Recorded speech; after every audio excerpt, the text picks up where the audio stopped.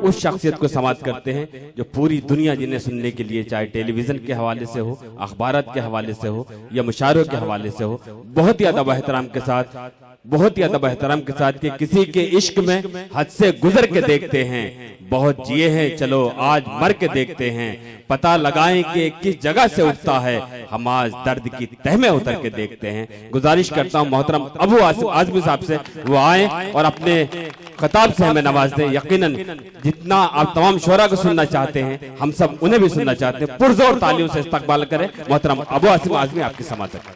आज के इस मुशायरे को मुनक़िद करने वाले हमारे साथी जमाल चौधरी साहब, बिजनौरी साहब, तमाम शोराए कराम, दोस्तों, बुजुर्गों, नौजवान साथियों, भाइयों और बहनों, मुझे पता है कि मुशायरे में तकरीर करना ठीक नहीं है, लेकिन मेरे सोए जज्बात को हमारे आज़ाद भाई ने जगा दिया। क्या कहने, यकीन जानना दोस्तों, 20 साल से लड़ाई लड़ रहा हूं।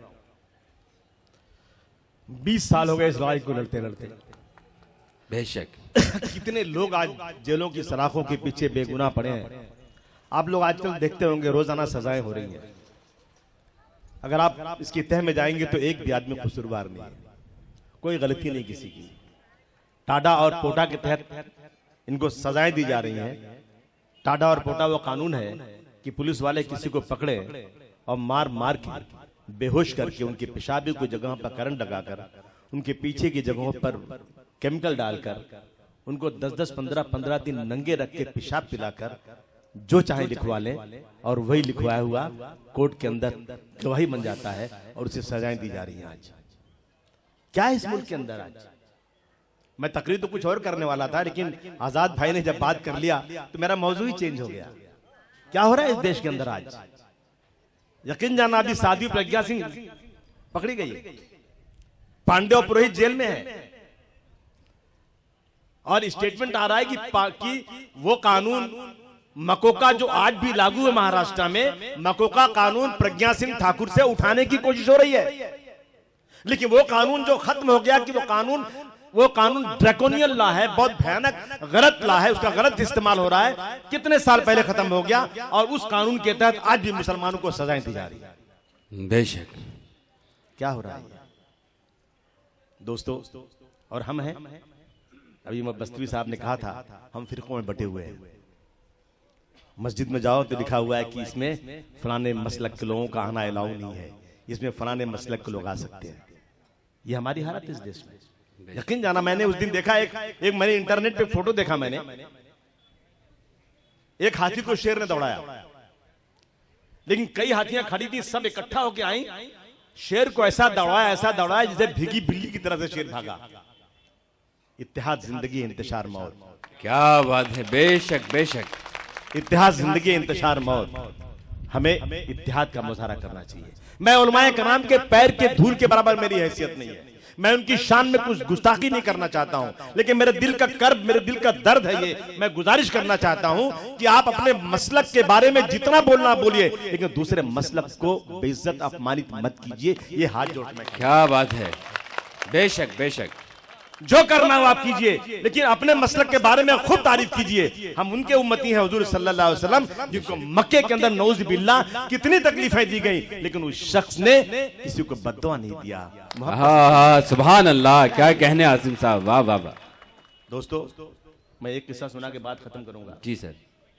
हमें इस मुल्क में रहना है अगर इज्जत आबरू के साथ, और है नहीं है इज्जत आबरू के साथ इंशाल्लाह, तो हमें यह नहीं कहना है कि आग के बदले में आग को बुझाने के लिए पानी लाने की जरूरत है।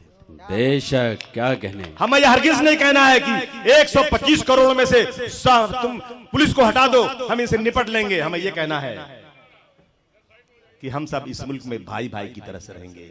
इस्लाम सिखाता है कि अगर मेरे बगल में कोई हिंदू रहता है या कोई मेरा पड़ोसी रहता है, अगर अल्लाह ताला ने मुझे पेट भर के खाना दिया है तो मैंने पड़ोसी की अगर खबर नहीं ली तो मैं सच्चा मुसलमान नहीं हूं। ये सही है कि गलत है?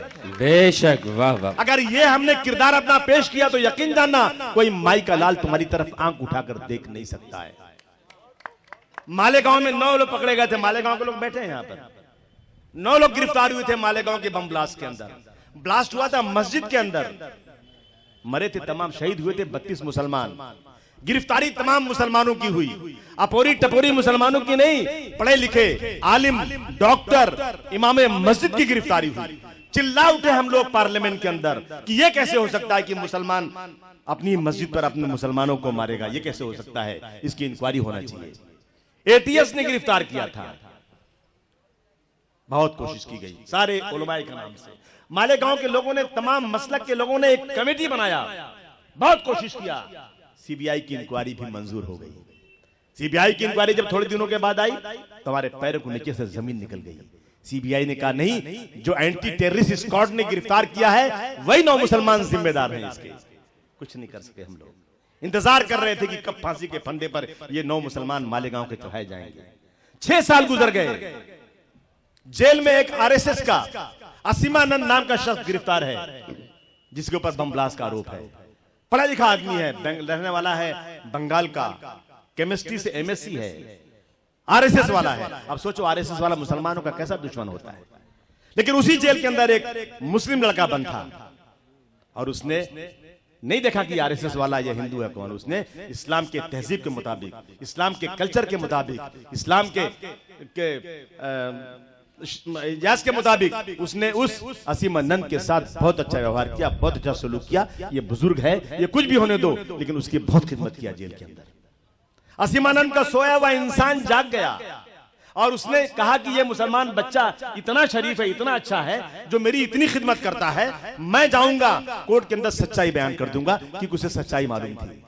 क्या कहने, वाह वाह वाह, सुभान अल्लाह। सबक है हमारे लिए। उसने जाकर कोर्ट के अंदर कह दिया कि मालेगांव के 9 लोग जो है ना वो बेकसूर हैं, ये ब्लास्ट करने वाले आरएसएस के और सब के सब हिंदुत्ववादी तंजीमों के हैं।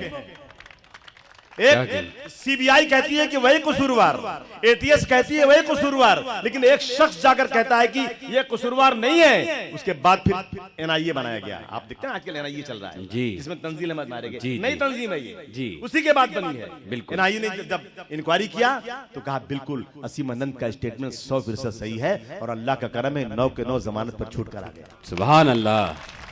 कब हुआ बोलो, कब हुआ ये? अगर हम उस आरएसएस वाले को, वो मुसलमान लड़का उसको गाली देता, उससे अच्छा व्यवहार नहीं करता, तो क्या ये उससे उम्मीद थी कि वो जाकर कोर्ट में कहता? हरगिज नहीं कहता। हमने इखलाक की बदौलत जीत लिया, अपने 9 लोगों को छुड़ा लिया। अफसोस मगर आज भी मुझे कहना पड़ रहा है, महाराष्ट्र की सरकार एक तरफ एनआईए ने एक चार्जशीट बनाया और उसमें उन्होंने भगवा ब्रिगेड को गिरफ्तार किया, एक तरफ सीबीआई और एटीएस ने बनाया, उसने मुसलमानों को गिरफ्तार किया। यह हुकूमत जो है हिजड़ों वाली नामर्द हुकूमत। क्या कहने, वाह वाह वाह, बेशक नाइंसाफ हुकूमत। एक ही केस में 2 लोग गिरफ्तार, यह कैसे हो सकता है? लेकिन इंसाफ नहीं, हमारे पास ताकत नहीं है। एक बार ताकत दे दो तुम लोग मुझे। क्या कहने दोस्तों, मैं खुदा की बता दो, खुदा की कसम मैं राजनीति सिर्फ इसलिए करता हूं कि मेरी कौम और मेरे मिल्लत के लोग इज्जत आबरू की जिंदगी गुजार सकें। सुभान अल्लाह। क्या कहने आसिम साहब। कोई माई का लाल कश्मीर से कन्याकुमारी तक बोल ले कि मैंने आज तक किसी से 1 रुपया मांगा हो, मैंने आज तक कहीं रिश्वत लिया हो, लेकिन मैं शीशा पिलाई दीवार की तरह से एक आदमी हूं 288 में, रोजाना असेंबली में तुम्हारे हकूक की लड़ाई लड़ रहा हूं। बेशक रोजाना लड़ रहा हूं। लेकिन क्या हम सोए हुए हैं? मैं गुजारिश करना चाहता हूं, इस मुल्क में अगर इज्जत आबरू के साथ रहना है तो हमें अपने हिंदू भाइयों के साथ ताल्लुकात अच्छे बना करके इस झगड़े को खत्म करना पड़ेगा। बेशक। और हमें अपनी ताकत दिखानी पड़ेगी, हमें इकट्ठा होना पड़ेगा। और इतनी ताकत बना दो, मैं जब यूपी जाता हूं तो वहां की पुलिस में ये सलाम करती है। प्रतापगढ़ का मामला हुआ, मौलाना बैठे हैं, 3 लड़कों को पुलिस ने मारा, मैंने टेलीफोन किया, वहां के मुख्यमंत्री ने उस पुलिस वाले को सस्पेंड करके जेल भेज दिया। यहां मैं कहता हूं तो मेरी बात ही नहीं सुनते लोग, मुझे डरना मारते हैं। अगर तुम सब इकट्ठा हो जाओगे ना तो ये भी मुझे सलाम करेंगे। बेशक। और जिस दिन ये सलाम करेंगे ना उस दिन कोई माई के लाल में ताकत नहीं है किसी बेकसूर को जेल के सलाखों के पीछे भेज दे। क्या कहने, क्या जज्बात हैं आसिम साहब, वाह वाह वाह। मैं कोई राजनीति की बात नहीं करना चाहता हूं, लेकिन आज मैं ये कहना चाहता हूं आपसे कि अपने पैदा किए सूरज की दुआएं मांगो। हाँ हाँ हाँ हाँ, अपने पैदा किए सूरज की दुआएं मांगो, भीख मांगी हुई किरणों का भरोसा। हाँ हाँ, वाह वाह, बहुत बहुत शुक्रिया, खुदा हाफिज।